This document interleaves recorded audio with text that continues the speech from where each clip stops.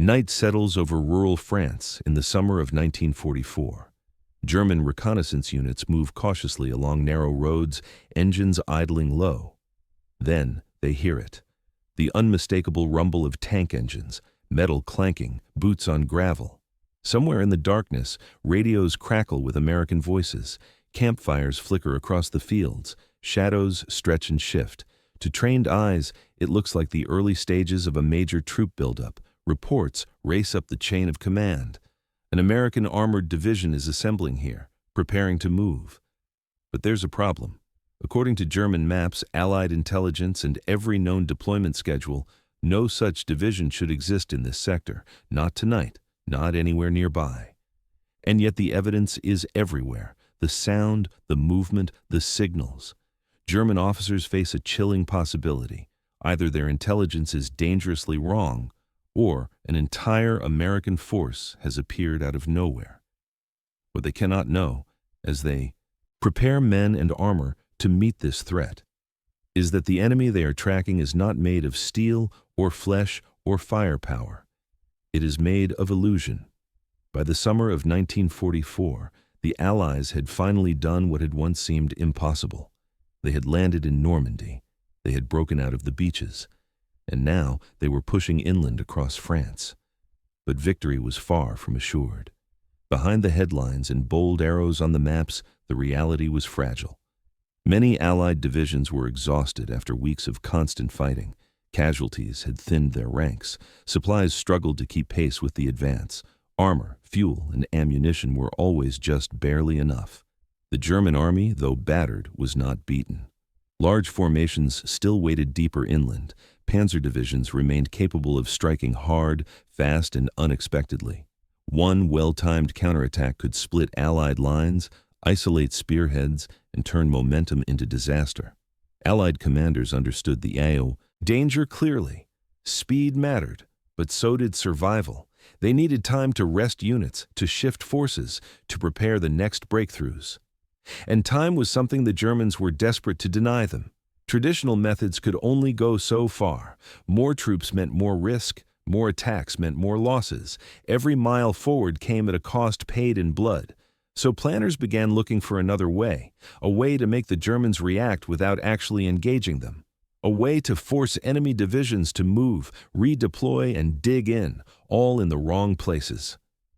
If the Germans could be convinced that major Allied forces were somewhere they were not, real divisions could advance elsewhere with less resistance. To do that, the Allies wouldn't just need strength, they would need deception on a scale never attempted before. The solution the Allies arrived at did not come from infantry doctrine or armored warfare manuals. It came from a far stranger place. In early 1944, the U.S. Army quietly assembled a unit unlike any other in its ranks. Officially, it was called the 23rd Headquarters Special Troops. The name was deliberately dull. It raised no questions. That, too, was part of the design. This was not a unit built around rifles or artillery. It was built around people, men who in civilian life had been painters, illustrators, sculptors, architects, theater designers. Men who understood perspective, shadow, proportion, and how the human mind interprets what it sees and hears. Alongside them were radio specialists who could copy another unit's communication style down to the smallest detail. Not just call signs, but rhythm, hesitation, slang, even mistakes. And sound engineers who knew how noise carried through open countryside at night, how engines echoed, how an approaching force was supposed to sound before it ever came into view.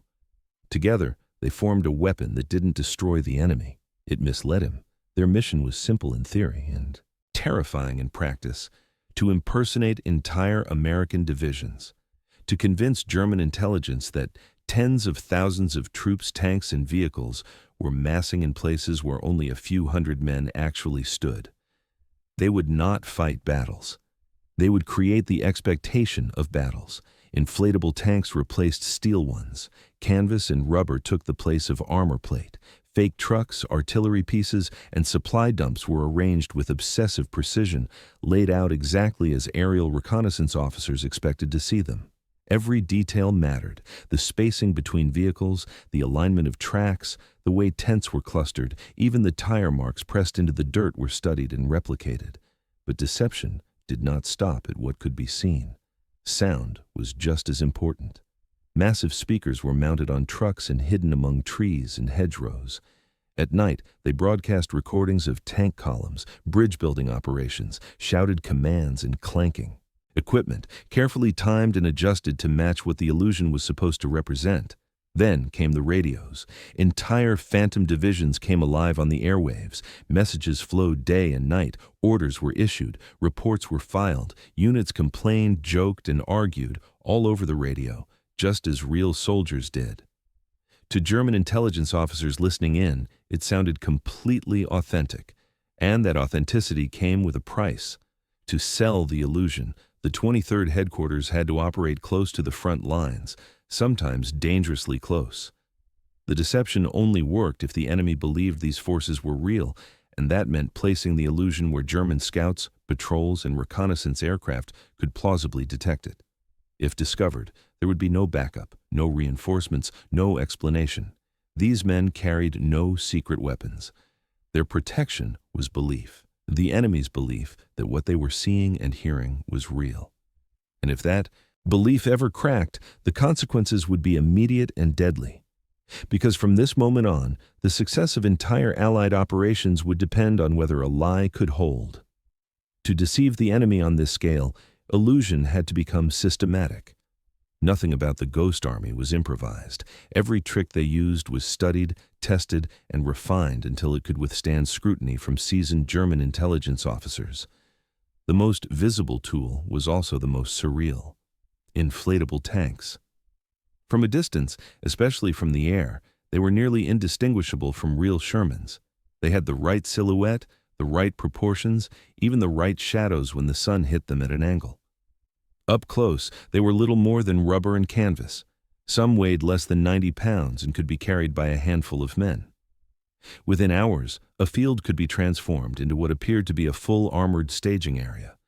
Tanks parked in regulation patterns, artillery positioned behind them, supply trucks lined up along roads, fuel dumps carefully placed just far enough back to look realistic. The layouts weren't random. They followed U.S. Army doctrine precisely: spacing between vehicles, command tents placed where headquarters should be, even the direction the tanks faced, suggesting where an attack might come from. Then came the details no camera could see. The Ghost Army understood that armies announce themselves long before they appear. Engines rumble, metal clanks, orders are shouted, bridges are built, tracks churn through dirt and gravel. Sound engineers recorded real armored units during training exercises, tank columns starting and stopping, troops unloading equipment, vehicles bogging down, reversing, accelerating again. These recordings were then broadcast through massive speakers mounted on trucks. At night, sound carried for miles. A quiet countryside suddenly filled with the low growl of engines and the chaos of movement. German listening posts reported exactly what they expected to hear when a division was on the move. But sound and sight alone weren't enough. The most convincing illusion existed in the airwaves. German intelligence monitored Allied radio traffic constantly. They knew the structure of American communications. They recognized patterns, habits, and even individual radio operators. So the Ghost Army trained specialists to become those units. They studied real divisions in detail: how fast they transmitted, how often they repeated themselves, which officers were terse and which liked to talk. Some units were sloppy, others were meticulous. Those personalities were copied faithfully. Phantom divisions began transmitting day and night. Orders were issued, reports were filed, requests were made and denied. Complaints echoed across the radio spectrum. To anyone listening, it sounded real, because it was real in every way except one. There were no actual divisions. Behind the voices, the final layer of deception was patience. The Ghost Army knew that real units didn't just appear and attack. They lingered, they repositioned, they waited. So the illusion stayed in place for days, sometimes weeks, slowly evolving, tanks shifting, radios changing tone, sounds rising and falling, exactly as a real force preparing for combat would. From the German perspective, all the signs aligned: a buildup, preparation, imminent action, and as long as the enemy believed that, German divisions moved to counter a threat that existed only in their minds. But the closer the Ghost Army came to perfection, the closer it came to disaster. Because an illusion this detailed only worked at a distance, and the war was steadily closing that distance. For the Ghost Army, deception only worked if it was believable, and believability required proximity. Their operations were not staged safely behind Allied lines. They were carried out alarmingly close to the Upper front, sometimes within range of German patrols, artillery, and reconnaissance units probing for weaknesses. To sell the illusion, the men of the 23rd Headquarters wore the insignia of the divisions they were pretending to be. Not their own patches, those stayed hidden. If a German scout glimpsed a shoulder patch through binoculars, it had to match the unit he believed was there. That decision came with severe consequences. If captured, these men would not be treated as ordinary prisoners of war. They were impersonating combat units, spreading false information, manipulating communications. Under the laws of war, that made them spies. There would be no protection, no explanation, no second chances. Yet, night after night, they went forward anyway. They inflated tanks under cover of darkness, working quickly and quietly, always listening for approaching footsteps or the distant crunch of boots on gravel. Rubber hulls were anchored, adjusted, and camouflaged before dawn, so that by first light, enemy reconnaissance aircraft would see exactly what they expected to see. Tracks were dragged through dirt by hand to simulate heavy armor movement. Tire marks were laid carefully along roads. Even footprints were considered. Too few, and the illusion looked thin. Too many, and it looked sloppy. Meanwhile, radio operators worked continuously, maintaining the personalities of entire divisions. They couldn't stop transmitting suddenly. A real unit wouldn't. They had to stay consistent, even when exhausted, even when afraid. Mistakes were dangerous. A transmission sent too quickly, a voice that didn't quite match, a call sign used at the wrong time, any one of those could raise suspicion. German patrols occasionally pushed closer than expected. Flares lit up the night sky. Distant gunfire echoed through the countryside. In those moments, the men of the Ghost Army had to do the hardest thing imaginable. They had to stay put. Running would expose the illusion. Silence would break it.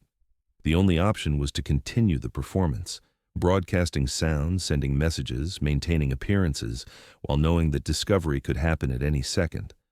Some operations brought them within a few hundred yards of enemy positions, close enough to hear German voices, close enough to smell cooking fires carried on the wind. And still, the deception held. Because the Ghost Army understood something fundamental about warfare. Soldiers are trained to interpret signs in a certain way. When every sign aligns, sound, sight, radio traffic, movement, doubt gives way to certainty. The Germans didn't see a fragile illusion, they saw an overwhelming threat. And as long as they believed that, the Ghost Army remained alive, balanced on a thin, invisible line between success and catastrophe. By the late summer of 1944, the Ghost Army was no longer an experiment. It was an operational weapon. Across France, the 23rd Headquarters began moving like a real combat force, appearing suddenly, lingering just long enough to be noticed, then vanishing before the illusion could be tested too closely. In one sector, inflatable armor appeared almost overnight. Radios crackled with orders suggesting an imminent assault. Sound trucks broadcast the noise of engines revving and men preparing equipment. German observers reported a major American buildup. German units shifted to meet it. Then, days later, the force was gone. In another region, the Ghost Army simulated a river crossing. Engineers' sounds echoed through the night. Radios spoke of bridging operations and supply coordination. German commanders rushed troops to defend crossings that never came under real attack.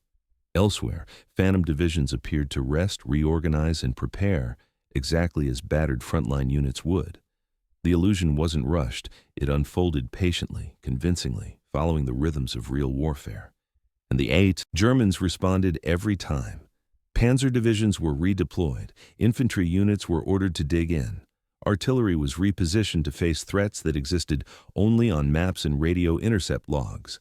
Every German unit sent to counter the Ghost Army was a unit not sent against real Allied soldiers advancing elsewhere. That was the true battlefield. The Ghost Army never fired artillery barrages or launched assaults. Its victories were measured in delays, misjudgments, and wasted movement. Entire German formations marched toward nothing, burned fuel for nothing, and prepared defenses against enemies that would never arrive. Meanwhile, real Allied divisions moved faster and met less resistance. Breakthroughs succeeded where they might otherwise have stalled. Casualties were lower than they would have been. Most of the soldiers benefiting from this deception never knew it was happening. They simply found fewer Germans waiting for them. For the men of the 23rd Headquarters, this was war at its most unnatural. They listened to reports of German units responding exactly as planned, knowing those units were reacting to their own work, to painted rubber, recorded sounds, and carefully crafted lies. Success brought no relief. Each operation raised the stakes. The more effective the deception became, the more convincing it had to be the next time. German intelligence officers began scrutinizing reports more carefully. Patrols pushed closer. Reconnaissance flights lingered longer. The Ghost Army adapted, refined, and moved again. Always one step ahead, always just believable enough, always close enough to be real. They were fighting the enemy not with force, but with expectation, shaping German decisions before a single shot was fired. And as the Allies pushed deeper into France, the Ghost Army followed, dragging invisible divisions behind it, leading the enemy away from the real war unfolding just beyond their sight. Behind every convincing illusion stood exhausted men holding it together by sheer discipline. For the soldiers of the Ghost Army, the work never truly stopped. Deception did not end when the sun rose or when an operation appeared to succeed. It had to be maintained continuously, sometimes for days at a time, without error. Artists worked through the night, repainting divisional markings by lantern light, adjusting shapes and shadows so they would look right from 1,000 feet in the air. A single misplaced insignia could raise questions. A sloppy outline could invite a second look. Radio operators sat hunched over their equipment for hours, voices low, fingers steady, sending and receiving messages that could not sound rehearsed or artificial. They had to stay inside their roles completely, thinking like the officers they were impersonating, reacting as those officers would react, even when tired, even when afraid. There was no room for fatigue to show. Sound crews monitored their broadcasts constantly, adjusting volume and timing as the night air shifted. Wind, terrain, and distance all changed how noise traveled. A tank column that sounded right at dusk might sound wrong by midnight. If it did, the illusion weakened. All of this happened while the front crept closer. German artillery fire could be heard in the distance. Flares occasionally burst overhead, bathing the countryside in sudden white light. In those moments, the men froze, knowing that if a patrol stumbled into their positions, there would be no firefight to fall back on. Their survival depended on the enemy not looking too closely. The strain took its toll. Sleep came in short, broken stretches. Meals were hurried. Every operation ended with the same question lingering in the air. Did it work? And behind it, a quieter one. Did anyone notice? These men carried weapons, but they rarely used them. Firing a shot risked giving away a position, breaking the illusion they were fighting to maintain. Courage, for them, meant restraint, holding still when instinct demanded action. They understood the stakes better than most. If the deception failed, real Allied units would pay the price. The Ghost Army absorbed that pressure silently, knowing their success would never be measured in territory captured or enemies defeated. Only in lives not lost. They were soldiers asked to perform under constant threat, without the release of combat, without recognition, and without certainty that anyone would ever know what they had done. And yet, operation after operation, they continued. Not because it was easy, but because the illusion was working, and as long as it did, men somewhere else were living through another day of the war. By the spring of 1945, the war in Europe was drawing to a close. Allied armies crossed the Rhine. German resistance collapsed in stages. Then, all at once, cities fell, units surrendered. The long, brutal campaign that had consumed millions of lives finally began to end. For the Ghost Army, There was no final battle. As the front raced eastward, their missions quietly stopped. Inflatable tanks were deflated for the last time. Sound trucks fell silent. Radios that had once carried the voices of entire Phantom divisions went dead. There was no ceremony, no announcement. The 23rd Headquarters Special Troops was simply dissolved. The men packed their equipment, turned in their gear, and went home, carrying with them the knowledge that much of what they had done could never be discussed. Their work was immediately classified, not for months, not for years, indefinitely. They were instructed not to talk about their missions, not to family, not to friends, not even to other veterans. Official histories of the war made no mention of them. After-action reports credited movements and delays to German confusion, bad intelligence, or poor coordination. The invisible hand shaping those outcomes remained unrecorded. Some of the soldiers returned to art, studios, architecture firms, and radio stations. Others tried to blend back into ordinary civilian life. When asked what they had done during the war, they gave vague answers. Logistics, communications, support roles. It was easier that way. There were no medals that reflected what they had actually accomplished, no public acknowledgement of the risks they had taken. Their greatest successes left no wreckage, no captured ground, no obvious proof they had ever happened. They had helped win battles without firing shots. They had diverted entire enemy divisions without being seen. They had saved lives without witnesses. And now, as Europe celebrated victory, the Ghost Army disappeared, just as completely as the forces it had once pretended to be. History moved on. And for decades, their war remained one that no one knew had ever been fought. For the men of the Ghost Army, the end of the war did not bring closure. It brought silence. They returned to ordinary lives carrying extraordinary memories, memories they were forbidden to share. What they had done remained locked behind classification stamps and sealed files. Even as years passed, the order did not change. Families noticed the gaps. Some veterans spoke fondly of training, of travel, of comradeship. But when questions turned to details, missions, locations, purpose, the answers grew vague. Conversations ended gently, then firmly. It wasn't secrecy born of pride. It was obligation. The war became history around them. Books were written, documentaries filmed, battles were analyzed and reanalyzed, strategies were praised or criticized. And through it all, the Ghost Army watched their own story vanish into footnotes that didn't exist. Their work was often credited to German mistakes. Poor intelligence, overcautious commanders, bad weather. The truth, that entire divisions had been diverted by illusion, remained buried. Time thinned their ranks. Men who had inflated tanks under fury fire, who had broadcast phantom armies into the night, grew old.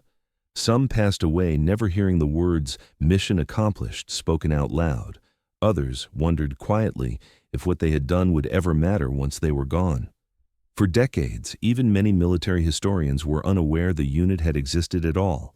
The Ghost Army had been created to deceive an enemy.